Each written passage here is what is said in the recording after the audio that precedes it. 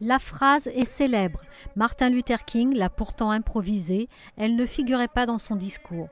Ce mercredi 28 août 1963, au pied du Capitole, un rassemblement de 250 000 personnes clôture la marche sur Washington. Elle est organisée par le Mouvement pour les droits civiques.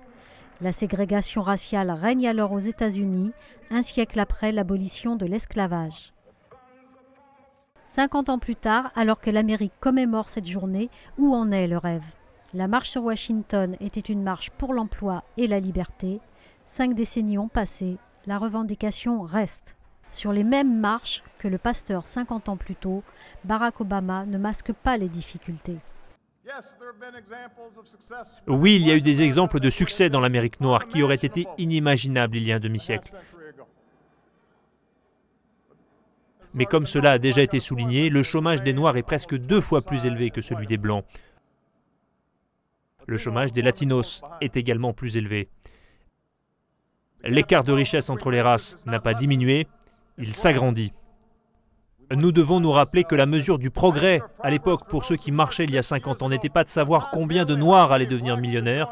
L'objectif était de savoir si ce pays pouvait accepter tous ceux qui étaient prêts à travailler dur sans distinction de race au sein de la classe moyenne. L'élection du premier président noir des États-Unis avait suscité l'espoir.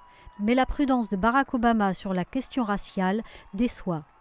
Il doit pourtant sa réélection en 2012 au soutien des minorités, notamment hispaniques.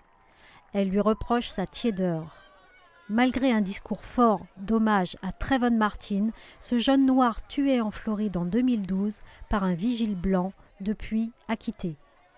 Obama a dit « Il y a 35 ans, j'aurais pu être Trayvon Martin ». Pour sa mère, le chemin de l'égalité reste long.